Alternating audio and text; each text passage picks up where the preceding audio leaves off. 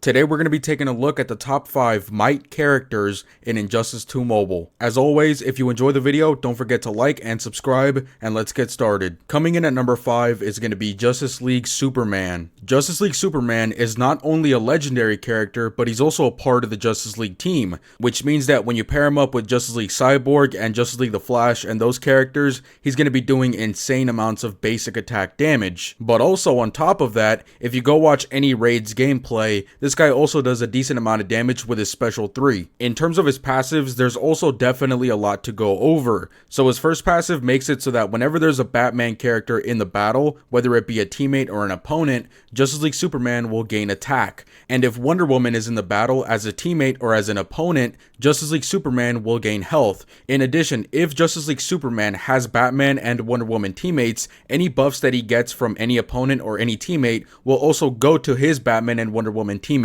Moving on to his passive 2, his passive 2 makes it so that whenever he has Justice League or legendary teammates with him, he gives them extra defense. This is obviously a really good thing because it's going to save you gear slots on your gear talents, which means you're going to be able to focus more on doing damage. Moving on to Justice League Superman's passive 3, his passive 3 makes it so that whenever he's tagged out and an opponent performs a special ability on one of his teammates, then he will swoop in and interrupt that special and also slam down and do a bunch of damage to the opponent. Every single time he does this, there's a cooldown for the next time that he could do this again. And unfortunately, recently Justice League Superman was nerfed, and this passive was greatly nerfed. It doesn't do as much damage now as it once used to. Moving on to his special abilities, Justice League Superman's special 1 makes it so that whenever you use it, he cleanses himself of any sort of negative effects applied to him. So for example, if the opponent inflicted dot damage, once Justice League Superman uses his special 1, it will cleanse himself of that dot damage. Moving on to his special 2, like many different Might characters in this game, he has a reflective shield. However, this reflective shield is a little bit different in the sense that whenever he reflects the damage that's coming towards him, not only is he going to reflect it, but he's also going to be gaining health from it. Now, I don't really need to explain how overpowered this is, and me personally, I don't really like reflective shields in this game,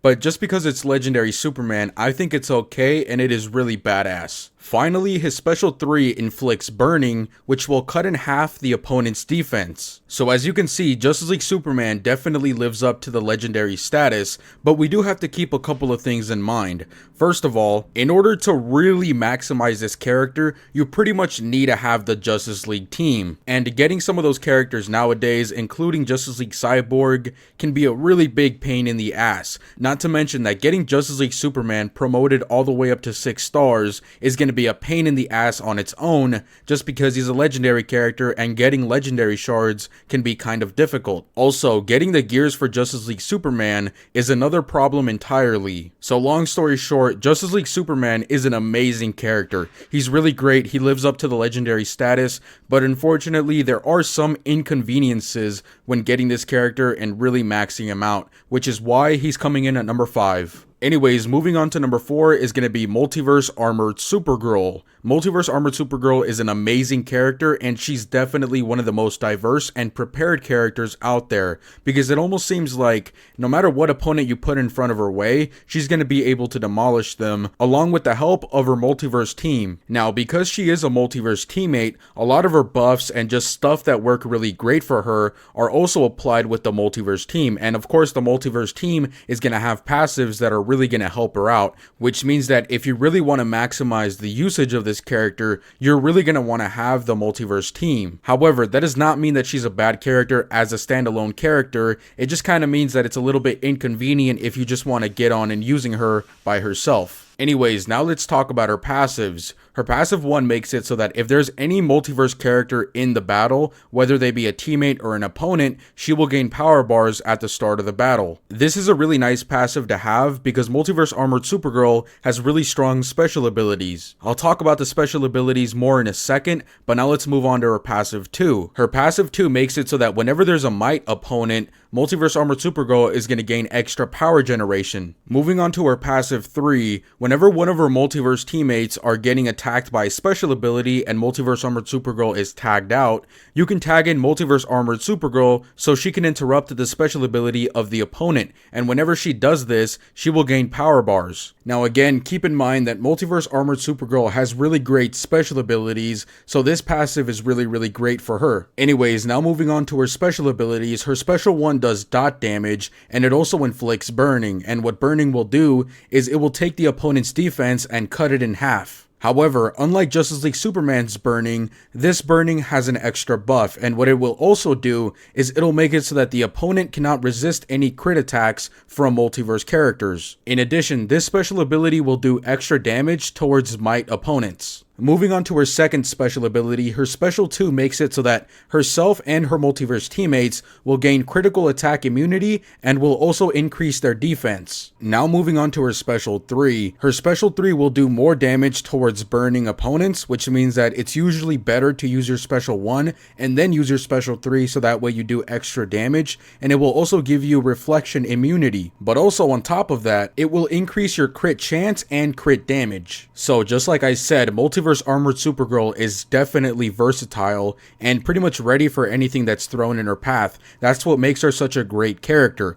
Plus, because of all the buffs that she gets on her special abilities and all the buffs that she gets from her passives and her multiverse teammates, she will be doing a good amount of damage in raids as well. Now moving on to number 3 is going to be Batman Ninja Gorilla Grodd. Now, I'm just going to say this right now, I think that Batman Ninja Gorilla Grodd as a character is a lot better than the number 2 spot. However, the number 2 spot is a lot more convenient than Batman Ninja Gorilla Grodd. And the reason why is because, well, Batman Ninja Gorilla Grodd is really inconvenient. Just like with Justice League Superman, he's a legendary character, which means that getting his shards is going to be kind of difficult. It's going to take you a while. However, the good news is that there is a versus challenge where you can unlock him. However, on top of that, getting his gears is also really hard. So that's just something that is really annoying to go through. Batman Ninja Gorilla Grodd is also a Batman Ninja character, which means that he's not going to support every single character in your roster with his buffs. So that's also one small downside to this character. However, aside from that, Batman Ninja Gorilla Grodd is a really good might character. His passive 1 makes it so that himself and his Batman Ninja teammates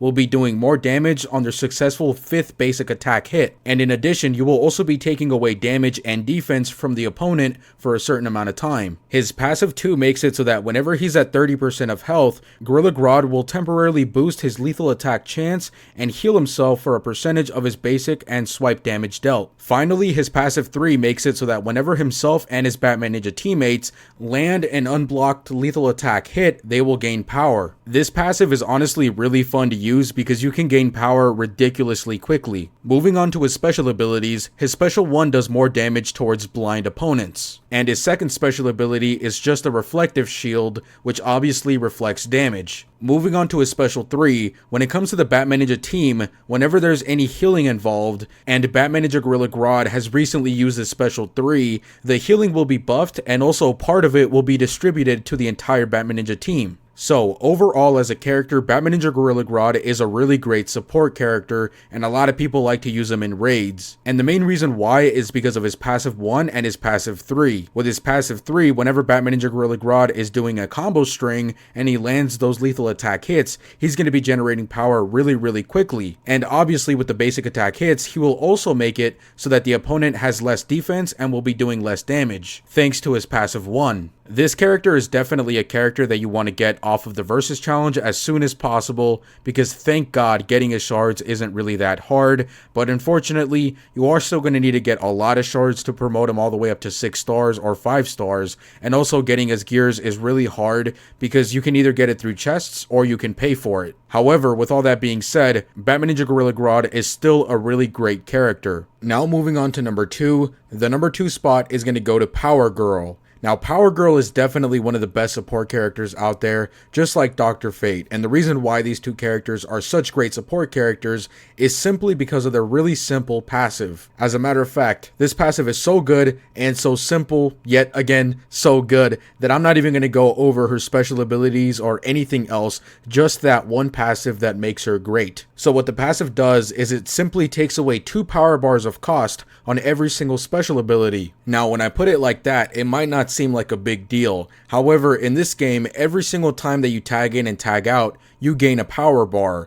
And when your special abilities cost 2 power bars less, and in this game you're going to be tagging in and out a lot, when you combine those two things, your special abilities are going to be ready to go in a super short amount of time. And also, a really cool thing about this passive is that it works for everybody. It's not specifically towards one team or some types of characters. It works for everybody, and it also works in every single game mode. In addition, just like I said when I was talking about Batman Ninja Gorilla Grodd, this character is super convenient in the way you can unlock her because it's super easy. You can purchase her off the League store with League credits, and getting League credits is super easy because you get it every single time that you finish raids. You can also get her gears off of the League store as well. However, another really cool thing about this character is that both her shards and her gears drop from raid drops, which means that getting this character might not take you that much time at all. This character is really easy to get and has a really cool passive that's super useful in pretty much any situation,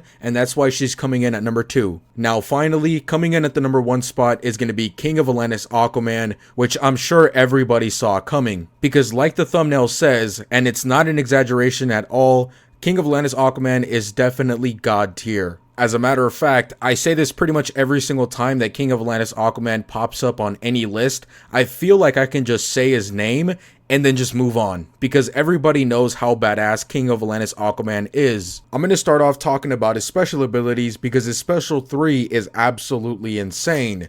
Basically, whenever you use a special 3, not only will it be doing its regular damage, but also the first 3 special 3s that you use in raids and in solo raids, it will be taking away a percentage of the opponent's health. The reason why this is so great is because even if you just unlock the character, even if you're a noob at the game, it really doesn't matter, because as soon as you use a special 3, you're going to pretty much automatically be doing a lot of damage. However, again, this is only effective in raids and in solo raids, but this is still an amazing thing because for solo raids, it's going to be a lot easier for you to defeat your opponents, which means it's going to be easier to get your rewards, and for regular raids, this is going to help you climb those rankings every single raids, so that way you get better rewards. On top of that, unlocking this character is really easy. As a matter of fact, it's just as easy as unlocking Power Girl because you can just go buy this guy off of the League store, which means you don't have to test out your luck, spending gems, opening up chests, or any of that. You can just go buy his shards, and the same applies for his gear.